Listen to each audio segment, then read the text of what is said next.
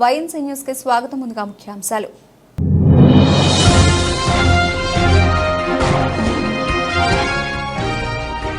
Sunitha Williams తిరుగు ప్రయాణంపై NASA కీలక ప్రకటన. మరో 90 రోజుల అంతరిక్ష కేంద్రంలోనే సునీత విలియమ్స్ అని చెబుతున్న నాసా.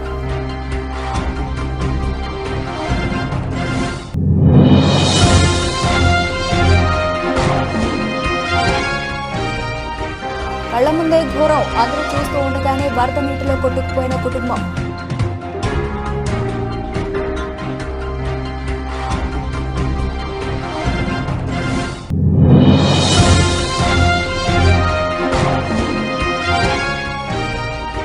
వైఎస్ జగన్ తో భేటీపై deputy CM DK Shivakumar yellow మీడియాకు గట్టి షాక్ ఇచ్చిన డీకే.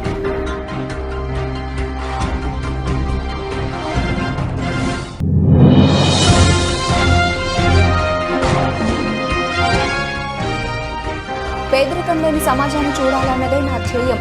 పింఛన్ పంపిణీ కార్యక్రమంలో సీఎం చంద్రబాబు.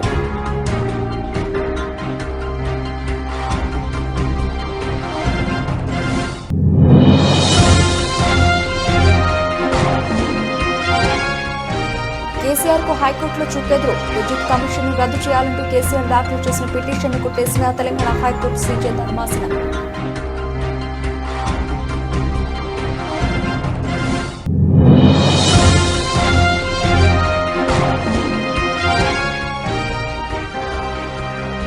పోలవరం ప్రాజెక్టుపై సీఎంను ప్రశ్నించిన సామాన్యురాలు. వీడియో విడుదల చేసిన టీడీపీ.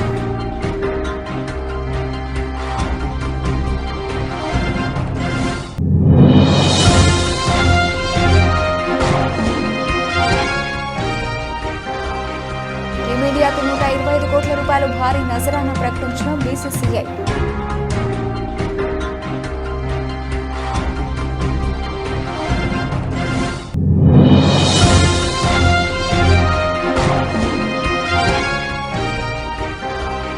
నన్ను అర్జునుడిగానే చూడండి. కల్కి సినిమాలో తన పాత్రపై విజయ్ కామెంట్స్.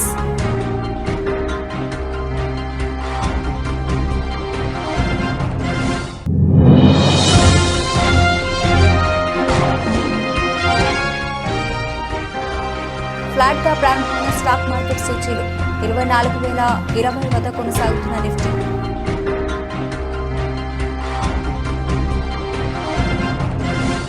అంతరిక్షంలోనే చిక్కుకుపోయిన భారత సంతతి వ్యోమగామి సునీత విలియమ్స్ కు సంబంధించి నాసా కీలక అప్డేట్ ఇచ్చింది. ఆమె రాక మరింత ఆలస్యం కానున్నట్లు ప్రకటించింది. నాసా తాజాగా విడుదల చేసిన రిపోర్టులో ఈ వ్యాఖ్యలు చేసింది. అంతర్జాతీయ అంతరిక్ష కేంద్రం ISS లోకి వెళ్లిన సునీత విలియమ్స్ మరో 48 నుంచి 90 రోజుల పాటు అక్కడే ఉండొచ్చని అంచనా వేసింది.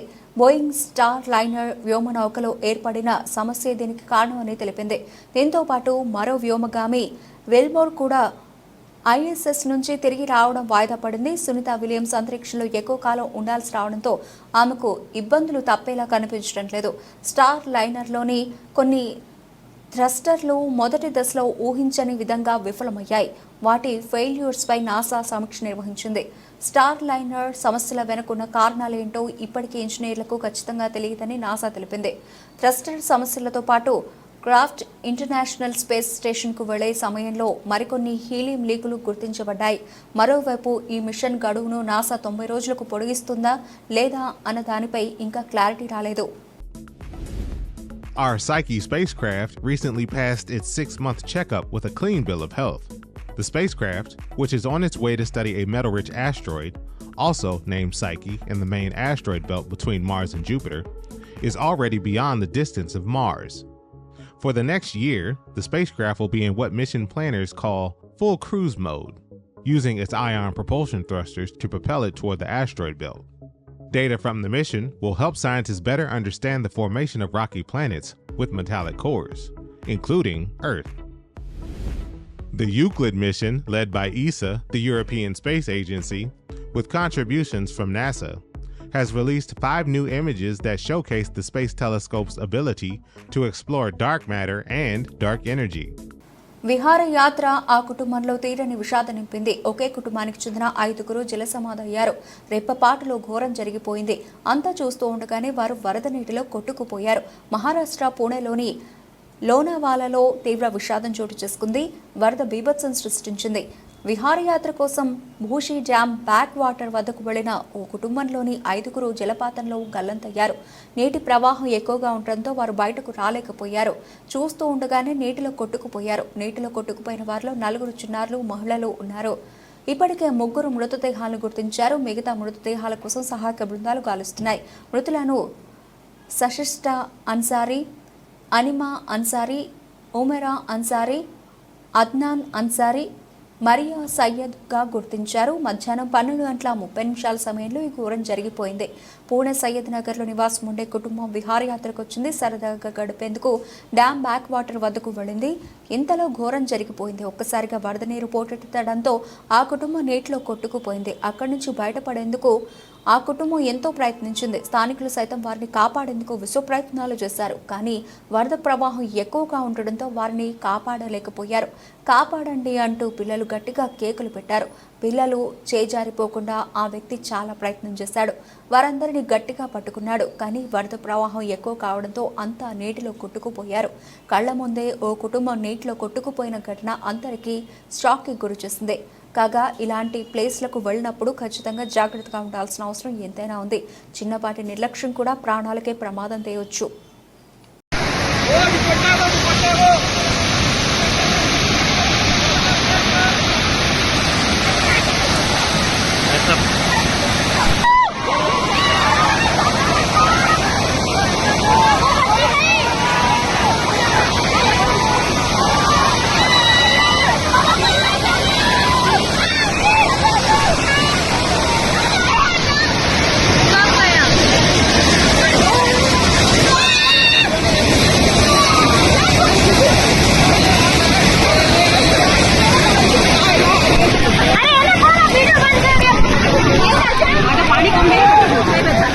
కర్ణాటక డిప్యూటీ సీఎం డీకే శివకుమార్తో వైఎస్ఆర్సీపీ అధినేత వైఎస్ జగన్ తనను ఏపీ మాజీ సీఎం వైఎస్ జగన్మోహన్ రెడ్డి అని తన ఎక్స్ ఖాతాలో ప్రకటించారు. తాను జగన్మోహన్ రెడ్డిని ఎప్పుడూ కలవలేదని, తప్పుడు ఫోటోలు చిత్రీకరించి దుష్ప్రచారం చేస్తున్నారని తెలిపారు.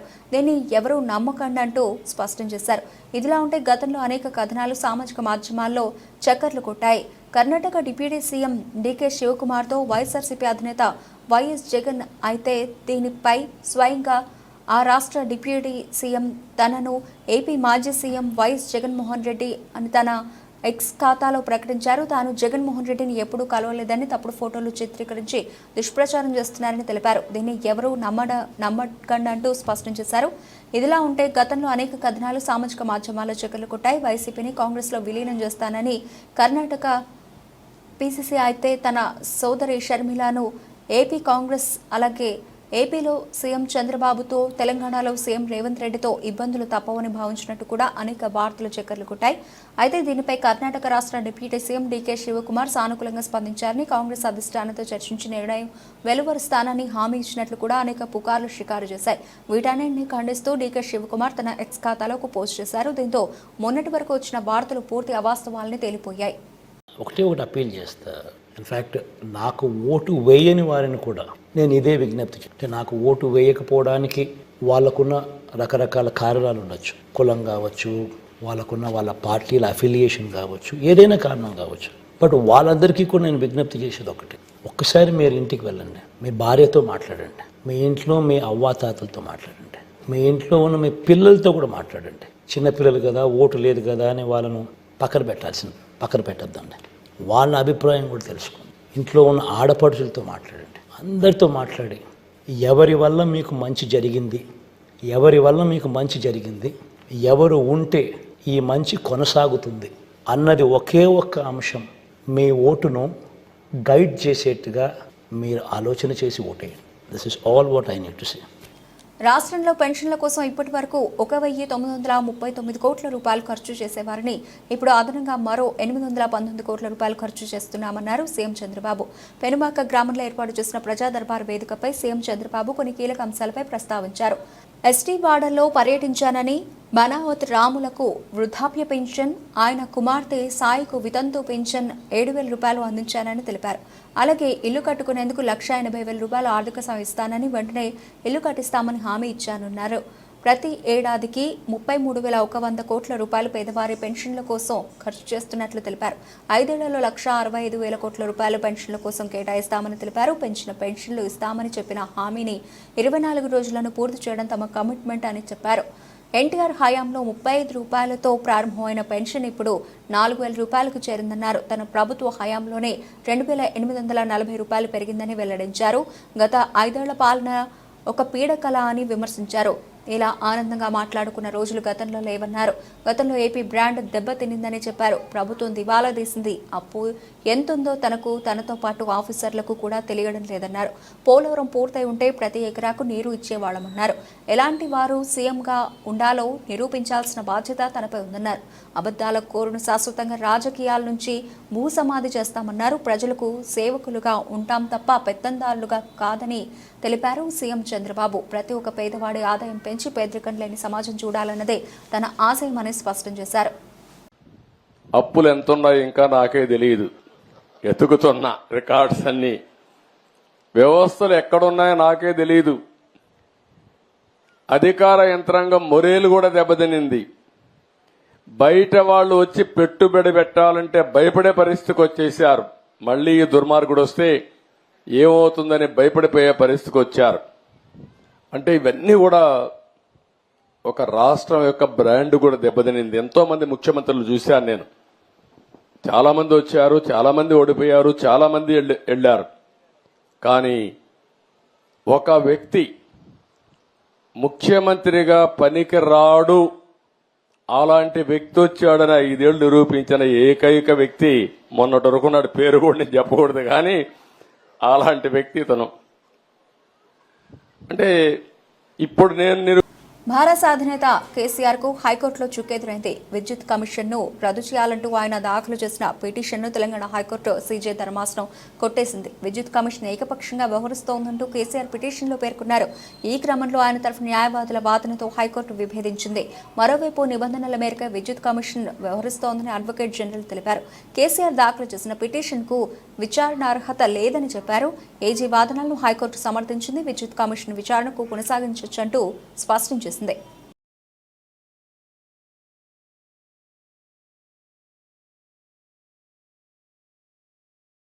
పోలవరం ప్రాజెక్టుపై విడుదల చేసిన శ్వేతపత్రంలో ప్రాజెక్టు ఎప్పుడు పూర్తి చేస్తారనే ప్రశ్నకు జవాబు ఇవ్వలేదేమని ఆంధ్రప్రదేశ్ ముఖ్యమంత్రి చంద్రబాబును ఓ సామాన్య మహిళ ప్రశ్నించింది. రాష్ట్రంలో ప్రభుత్వం నిర్వహిస్తున్న పెన్షన్ పండుగలో సీఎం చంద్రబాబు, మంత్రి లోకేష్ పాల్గొన్నారు. ఈ సందర్భంగా సీఎం మాట్లాడుతూ ఉండగా ఓ మహిళ ఆయనను ప్రశ్నించింది. దీనికి సీఎం చంద్రబాబు వివరణాత్మక జవాబిచ్చారు. పోలవరం ప్రాజెక్టు గురించి ప్రజలంతా తెలుసుకోవాలని చాలా మంచి ప్రశ్న వేశావని ఆ మహిళను మెచ్చుకున్నారు. దీనికి సంబంధించిన వీడియోను టీడీపీ తన అధికారిక ట్విట్టర్ హ్యాండిల్లో షేర్ చేస్తూ ఇది రాష్ట్రంలో పౌరులకు ఉన్న స్వేచ్ఛ అంటూ క్యాప్షన్ జోడించింది. పోలవరం ప్రాజెక్టుపై సీఎం చంద్రబాబు వివరణిస్తూ ఓ దుర్మార్గుడు తన దుర్మార్గపు ఆలోచనలతో నిపుణులు చెప్పిన మాటలను పెడచెవిన పెట్టి పనిచేస్తే ఎలా ఉంటుందనే దానికి నిదర్శనంగా పోలవరం ప్రాజెక్టు మిగిలిపోయిందన్నారు. గత ప్రభుత్వ నిర్వాహకంతో ప్రాజెక్టుకు జరిగిన నష్టం ఇప్పటి వరకు 70,000 కోట్ల రూపాయలుగా నిపుణులు లెక్కించారని తెలిపారు. ఇది 1,00,000 కోట్లకు చేరిన ఆశ్చర్యం లేదన్నారు.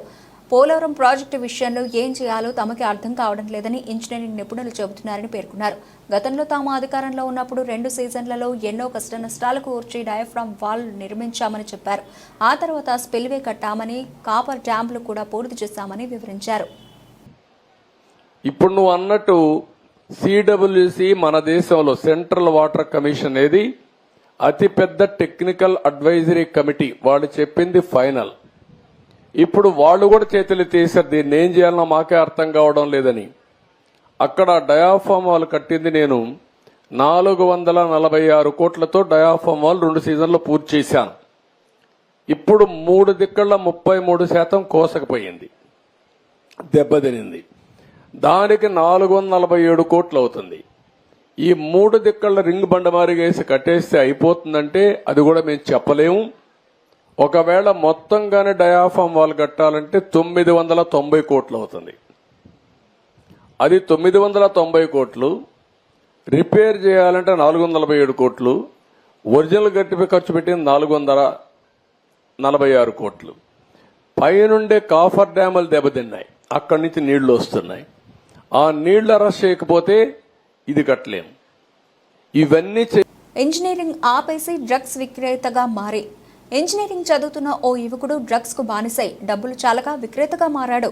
డ్రగ్స్ తీసుకుంటూ ఉండగా మాదాపూర్ పోలీసులు టీజీ న్యాబ్ సిబ్బంది అతడితో పాటు మరో ముగ్గురిని అరెస్ట్ చేశారు. మాదాపూర్ డీసీపీ కార్యాలయంలో TG NAB SP P Sai Chaitanya, DCP వినీత్తో కలిసి వివరాలు వెల్లడించారు. బోయిన్పల్లికి చెందిన కురుంతోత్ రాథోడ్ నవీన్ నాయక్ అలియాస్ నవీన్ రాథోడ్ బెంగళూరులో ఉంటాడు.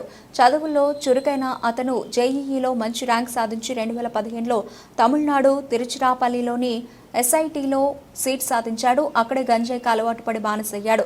విషయం తెలిసి తల్లి వెళ్లి అక్కడే ఉంటూ కుమారుడిని ఆ అలవాటును మాన్పించేందుకు చేసిన యత్నాలు ఫలించలేదు. బీటెక్ 3వ సంవత్సరంలో చదువు మానేసి బెంగళూరుకు వెళ్లాడు. ఓ ప్రైవేటు కంపెనీలో మార్కెటింగ్ ఆఫీసర్గా చేరి ఉద్యోగరీత్యా వివిధ రాష్ట్రాలకు వెళ్లేవాడు. గంజాయి, మాదక ద్రవ్యాల విక్రేతలతో పరిచయాలు కాగా వారి నుంచి కొని అమ్మడం మొదలుపెట్టాడు.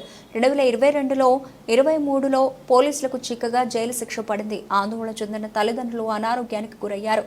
తల్లి 2 ఏళ్లుగా మంచానికే పరిమితమైంది.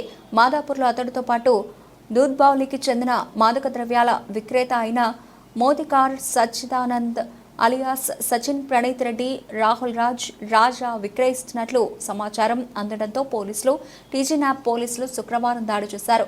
రాజా పారిపోగా మిగతా వారు పోలీసులకు చిక్కారు. వారి నుంచి 1.4 కిలోల గంజాయి స్వాధీనం చేసుకున్నారు. 800 ర్యాంక్ వచ్చింది.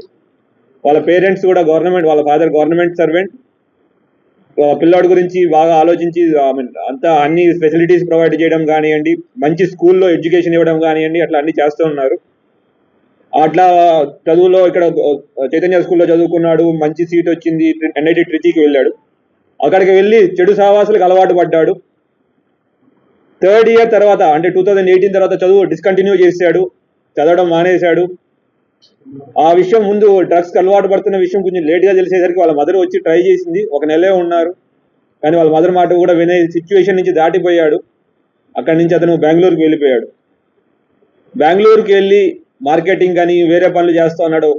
డబ్బులు లేవు, చేతిలో విద్యార్థి పట్టా లేదు. తెలిసిందల్లా ఈ గాంజా, మత్తు పదార్థాలకు అలవాటు. మిగతా అక్కడ సప్లై చేసే డ్రగ్ సప్లయర్స్తో మాట్లాడి ఇతను కూడా పెడ్లర్గా మారి మిగతా వాళ్ళకి డ్రగ్ సప్లై చేయడం కూడా చేశాడు. తర్వాత పెన్షన్ పంపుతో ప్రతి ఇంటా వెలుగులు కనబడుతున్నాయని కావలి ఎమ్మెల్యే కావ్య కృష్ణారెడ్డి తెలిపారు.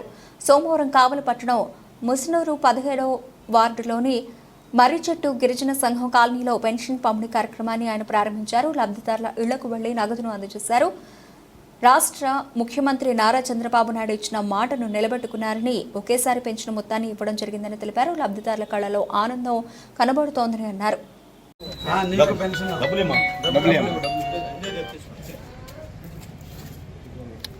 ఎలా డబ్బు దొరుకుతుంది ఫ్రీగా ఫోటోలు మా మేడం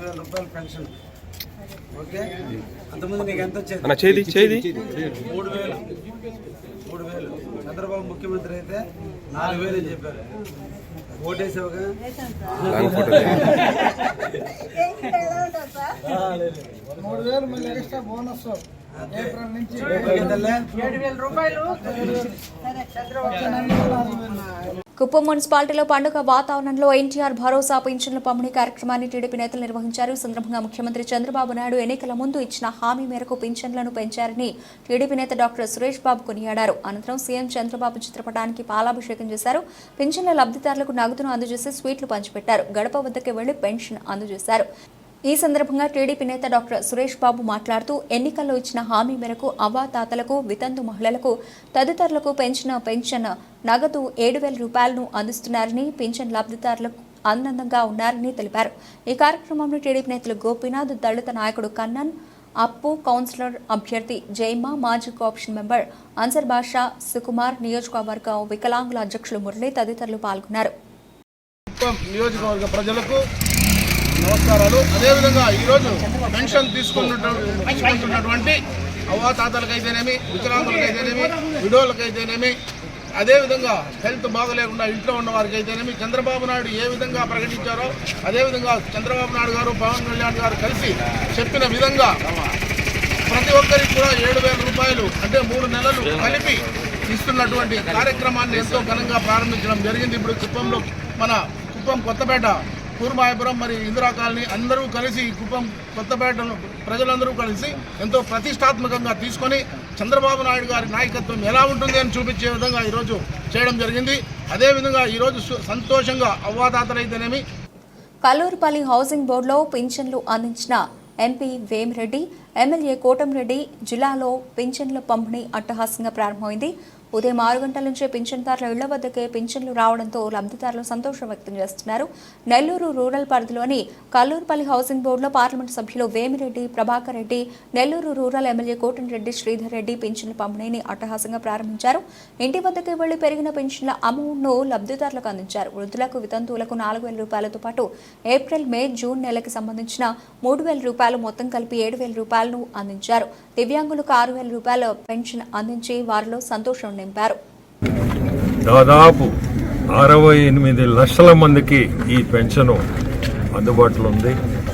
మన చంద్రబాబు నాయుడు మీ అందరికీ తెలుసు, మాట చెప్పినట్టు ఆర్థిక పరిస్థితులు చాలా ఇబ్బందుల్లో ఉన్నా మనం గెలుస్తున్నాము, ఖచ్చితంగా మనం రేపు గవర్నమెంట్ ఫామ్ చేసేది మనమే అని 3 నెలల నుంచి ఆంధ్ర రాష్ట్ర వ్యాప్తంగా ఈరోజు చంద్రబాబు నాయుడు గారి సంక్షేమాల సంబరాల ఒక పండుగ వాతావరణం. ఇంటింటికి ఎమ్మెల్యేలు, ఎంపీలు, మంత్రులు, ఎక్కడికెక్కడ కార్పొరేటర్లు, ఎంపీటీసీలు, సర్పంచులు, నాయకులు, కార్యకర్తలు సచివాలయ సిబ్బందితో కలిసి వెళ్ళి, అధికార యంత్రాంగంతో కలిసి వెళ్ళి ఆ యొక్క పెన్షన్లు అందజేస్తారు. T20 వరల్డ్ కప్ గెలిచిన భారత జట్టుకు బీసీసీఐ భారీ నజరానా ప్రకటించింది. టీమిండియాకు 125 కోట్ల రూపాయల ప్రైజ్ మనీ అనౌన్స్ చేశారు బీసీసీఐ సెక్రటరీ జైషా. ఈ మేరకు జైషా కీలక ప్రకటన చేశారు. టోర్నీ మొత్తం భారత జట్టు అసాధారణ ప్రతిభ, నిబద్ధత, క్రీడా స్ఫూర్తిని ప్రదర్శించిందని ఆయన ప్రశంసించారు. అత్యుత్తమ విజయాన్ని అందుకున్న ప్లేయర్లు, కోచ్లు, సహాయక సిబ్బందికి అభినందనలు తెలిపారు Jay Shah. ICC men's T20 world cup 2024ను గెలుచుకున్నందుకు భారత క్రికెట్ జట్టుకు 125 కోట్ల రూపాయల ప్రైజ్ మనీని ప్రకటించినందుకు నేను సంతోషిస్తున్నాను. టోర్నమెంట్ అంతటా జట్టు అసాధారణమైన ప్రతిభ, క్రీడా నైపుణ్యాన్ని ప్రదర్శించింది. అత్యుత్తమ విజయానికి గాను ఆటగాళ్లు, కోచ్లు మరియు సహాయక సిబ్బందికి నా అభినందనలు అని ఎక్స్లో ట్వీట్ చేశారు జైషా. T20 వరల్డ్ కప్ విజేత భారత్ ఈ టోర్నీలో మరో ఘనత సాధించింది. T20 వరల్డ్ కప్ టోర్నీ మొత్తం ఒక్క మ్యాచ్ కూడా ఓడకుండా ప్రపంచ కప్ సాధించిన తొలి టీమ్గా భారత్ చరిత్ర సృష్టించింది. గ్రూప్ దశలో ఐర్లాండ్, పాకిస్తాన్, USA, సూపర్ 8లో ఆఫ్ఘనిస్తాన్, బంగ్లాదేశ్, ఆస్ట్రేలియా, సెమీస్లో ఇంగ్లాండ్, ఫైనల్లో సౌత్ ఆఫ్రికాను ఓడించింది భారత జట్టు. ఇక T20 వరల్డ్ కప్ ఫైనల్లో తొలుత బ్యాటింగ్ చేసి 2 సార్లు కప్ సాధించిన ఏకైక జట్టుగాను టీమిండియా నిలిచింది. మిగతా 6 సందర్భాల్లోనూ 2సారి బ్యాటింగ్ చేసిన జట్లే విజేతలుగా నిలవడం విశేషం.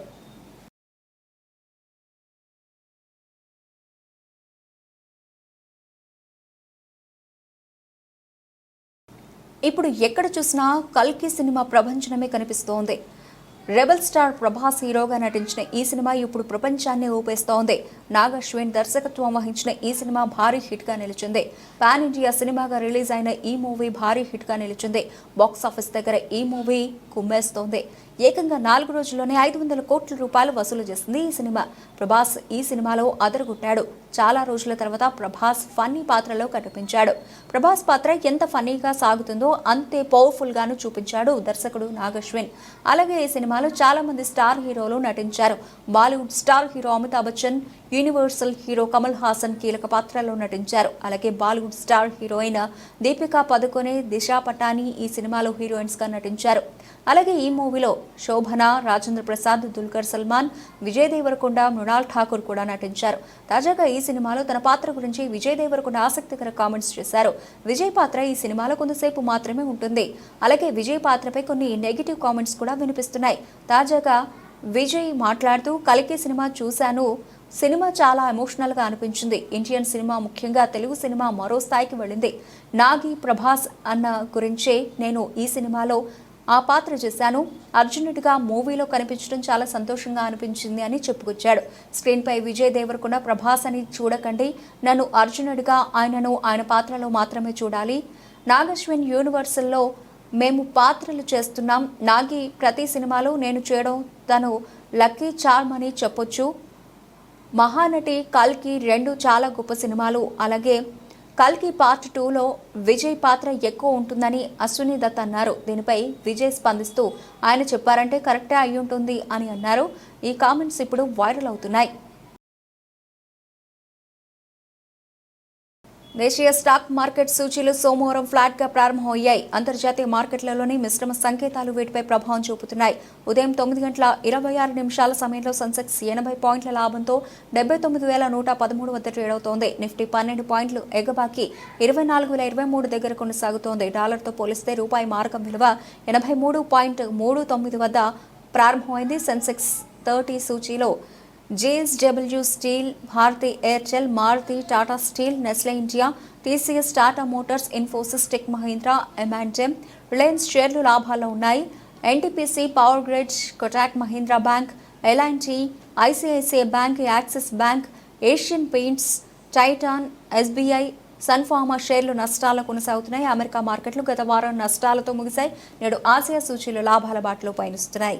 అంతర్జాతీయ మార్కెట్లో బ్యారెల్ బ్రెంట్ చమురు ధర $86.42 వద్ద కొనసాగుతోంది. విదేశీ సంస్థాగత మదుపర్లు శుక్రవారం నికరంగా 23 కోట్ల రూపాయల విలువ చేసే షేర్లను విక్రయించారు. దేశీయ సంస్థాగత మదుపర్లు 6,658 కోట్ల రూపాయల వాటాలు కొనుగోలు చేశారు. స్టాక్ మార్కెట్లు ఈ వారం చాలా తక్కువ శ్రేణిలోనే కదలవచ్చని విశ్లేషకులు అంటున్నారు. కొద్ది రోజుల ర్యాలీతో షేర్ల ధరలు అధిక స్థాయిలకు చేరడం ఇందుకు కారణంగా నిలవచ్చని చెబుతున్నారు.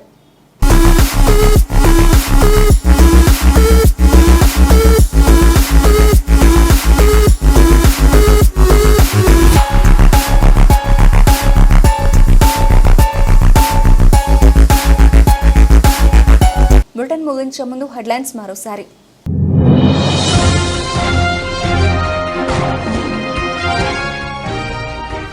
సునీతా విలియమ్స్ తిరుగు ప్రయాణంపై నాసా కీలక ప్రకటన. మరో 90 రోజుల అంతరిక్ష కేంద్రంలోనే సునీతా విలియమ్స్ అని చెబుతున్న నాసా.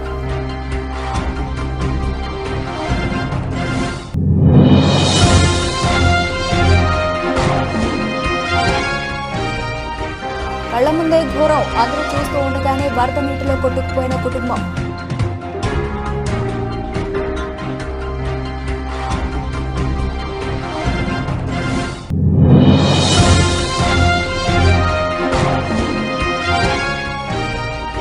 వైఎస్ జగన్ తో భేటీపై deputy CM DK Shivakumar yellow మీడియాకు గట్టి షాక్ ఇచ్చిన డీకే.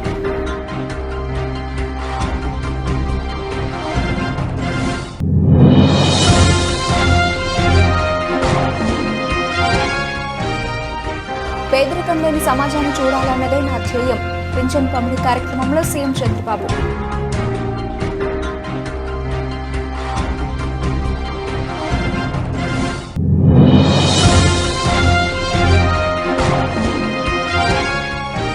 కేసీఆర్ కు హైకోర్టులో చుక్కెదురు. విద్యుత్ కమిషన్ రద్దు చేయాలంటూ కేసీఆర్ దాఖలు చేసిన పిటిషన్ను కొట్టేసిన తెలంగాణ హైకోర్టు సీజే ధర్మాసనం.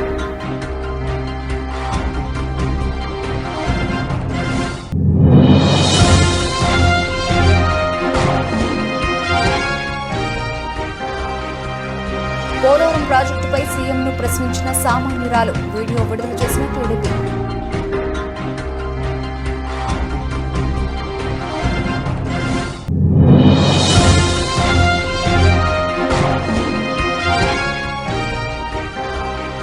ఈ మీడియాకు 125 కోట్ల రూపాయలు భారీ నజరానా ప్రకటించిన బీసీసీఐ.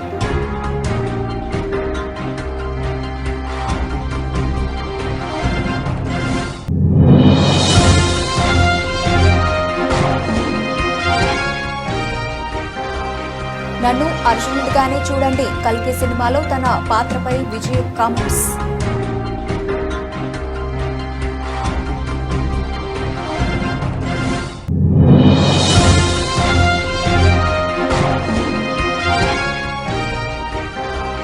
ఫ్లాట్ గా ప్రారంభమైన స్టాక్ మార్కెట్ సూచీలు 24,020 వద్ద కొనసాగుతున్న నిఫ్టీ.